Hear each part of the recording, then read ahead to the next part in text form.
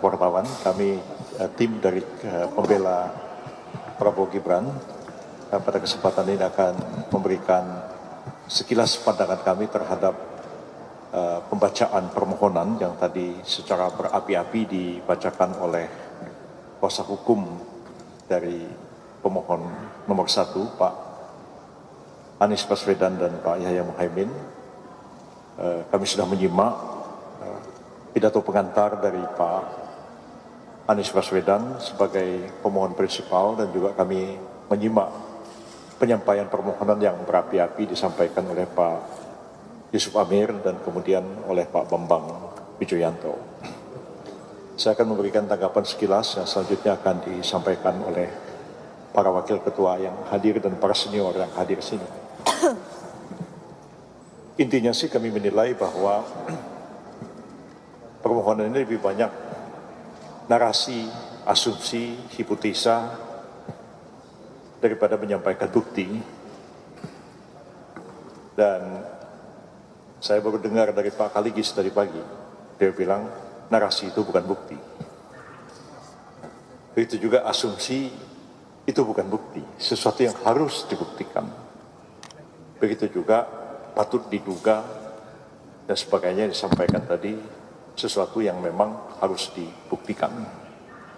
Jadi lebih banyak opini yang dibangun, narasi yang dibangun, tulis tanggapan tertulis kami kepada Mahkamah Konstitusi. Secara umum tidak ada sesuatu yang sulit bagi kami untuk menjawab atau menanggapi permohonan itu, oleh karena seperti yang saya katakan tadi, lebih banyak merupakan narasi, dugaan, patut diduga, dan lain-lain sebagainya, bukan sesuatu yang merupakan fakta yang harus diungkapkan dalam persidangan. Pak Oto, silakan memberikan tanggapan. Pak Yusril, perkara ini hanyalah merupakan penggiringan opini masyarakat. Coba kita bayangkan ya, ini bukan permohonan suatu pengujian undang-undang. Ini adalah sengketa. Ya, sengketa Pilpres. Kalau namanya sengketa, ada pihaknya. Pihak termohonnya itu KPU. Tetapi tidak ada satupun saya lihat di sana itu yang dipersoalkan tentang apa yang dilakukan oleh KPU. KPU tidak ada dipersoalkan. Yang dipersoalkan justru adalah persoalan yang adalah tindakan-tindakan dari pemerintah dan presiden yang tidak merupakan pihak di dalam perkara ini. Ini kan aneh ini. Bahkan juga tidak ada dipersoalkan juga ada kesalahan dari paslon nomor 2. Jadi posisi paslon nomor 2 sangat benar. Tidak ada satupun yang dipersalahkan perbuatan dari paslon nomor 2. Justru yang dipersoalkan adalah yang dilakukan oleh pemerintah yang sebenarnya tidak ada kaitannya dengan perkara ini karena dia tidak pihak. Ya kan? Dia tidak pihak di dalam perkara ini. Jadi terlihat memang ini adalah upaya-upaya yang subjektif dari pihak pemohon untuk mendiskreditkan pemerintah, khususnya Pak Presiden, dan secara pribadi juga untuk Pak Gibran Rakabuming Raka. Ini pokok daripada permohonan ini.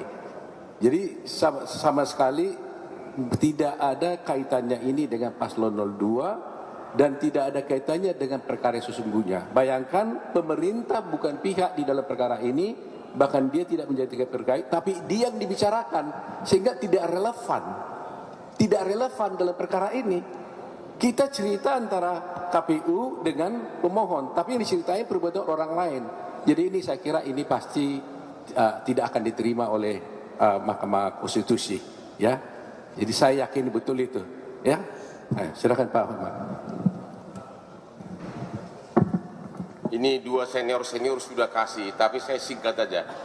Dalam sejarah karir saya, inilah contoh surat permohonan dan atau sejenis gugatan yang paling mengambang.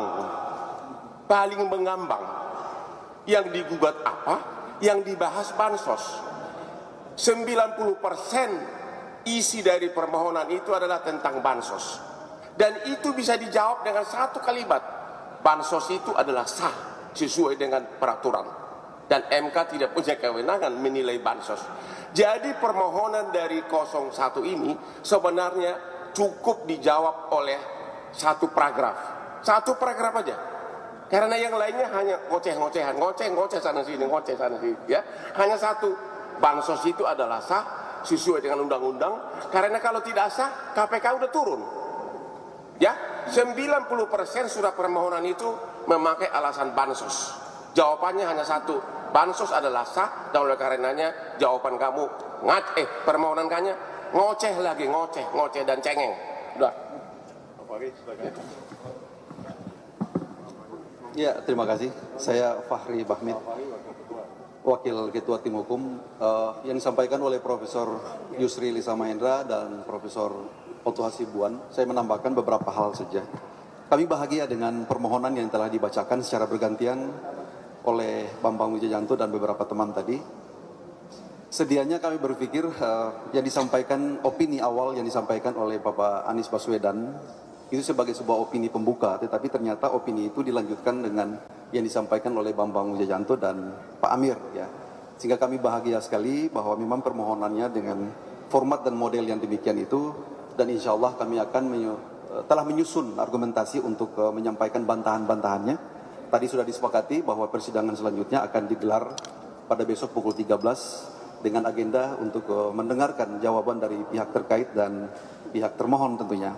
Kami meyakini sungguh bahwa semua argumentasi yang akan kami kemukakan nanti tentunya sejalan dengan apa yang menjadi kewenangan dan yurisdiksi absolut daripada kewenangan Mahkamah Konstitusi, bahwa pada hakikatnya Mahkamah Konstitusi tidak mengadili soal-soal di luar itu, tidak mengadili soal-soal yang berkaitan dengan asumsi dan hipotesa, tetapi Mahkamah Konstitusi akan fokus kepada kewenangan konstitusionalnya untuk mengadili hasil. Dan seperti yang kita dengar tadi dari awal pembacaan permohonan sampai dengan kesimpulan dan petitum, tidak ada sama sekali sesuatu apapun yang berkaitan dengan kewenangan ataupun yurisdiksi dari Mahkamah Konstitusi. Dengan demikian kami sangat happy dengan permohonan yang demikian itu, dan selanjutnya kami akan menjawab sesuai dengan kewenangan yang telah diberikan oleh Mahkamah Konstitusi dalam sesi penyampaian jawaban dan eksepsi yang akan kami kemukakan besok hari di Mahkamah Konstitusi. Terima kasih dari saya. Kalau saya katakan narasi bukan bukti, dasarnya jurisprudensi 803K 1970. Bukti adalah apa yang dinyatakan dalam pasal 184 dan 185 KUHP yang dibuktikan di persidangan. Kalau ngomong omon-omon aja bisa bukti, semua orang bisa masuk penjara. Itu cuma sekian. Dan saya sudah membuat penelitian, putusan-putusan di katakanlah Pilpres dan Pilkada, itu buktinya semua putusan pengadilan. Karena normanya ada dihukum kalau melanggar. Terima kasih. Baik, jadi kami sudah memberikan pendapat, ya. Pada intinya yang paling pokok pada pendapat saya adalah sidang ini adalah sidang PHPU, permohonan perselisihan hasil pemilihan umum. Jadi yang diatur di dalam peraturan Mahkamah Konstitusi itu pemohon harus mengatakan ini hasil KPU, ini nggak benar, yang benar itu ini hasil kami. Tapi itu tidak ada di dalam permohonan ini. Demikian. Terima kasih banyak.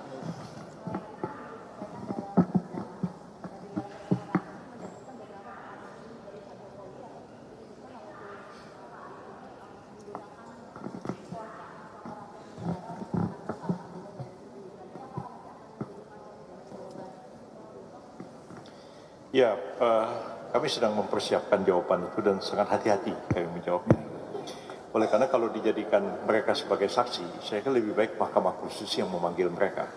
Mahkamah Konstitusi kan berwenang untuk memanggil siapa saja, untuk memberikan keterangan dalam persidangan ini. Jadi sebenarnya pokok persoalan yang menjadi termohonnya itu kan adalah KPU. Kami ini pihak terkait yang membela kepentingan Pak Prabowo dan Pak Gibran. Jadi kami pun sebenarnya tidak ingin terlalu banyak melibatkan pemerintah di dalam perkara ini.